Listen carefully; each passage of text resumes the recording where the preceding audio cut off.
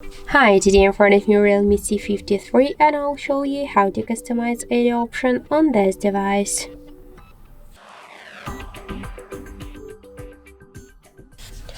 So let's first launch the Muviz Edge application. So let's just open it once again.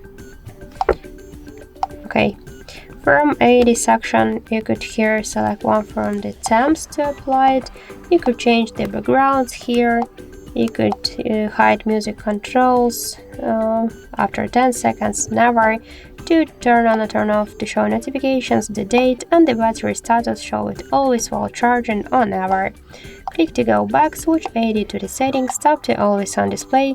Here we got the switcher on the right upper corner with which we could activate a turn off AD option to show it on the lock screen always while charging on music, to decrease and increase the brightness level, to switch the AD timeout, low power after timeout, to change the screen orientation, to close it with the double or single tap on the lock screen, to close it on fingerprint on screen off, to set the shadow, the start, the end time, to use in it pocket mode or turn it off, and to disable the AD option during the calls.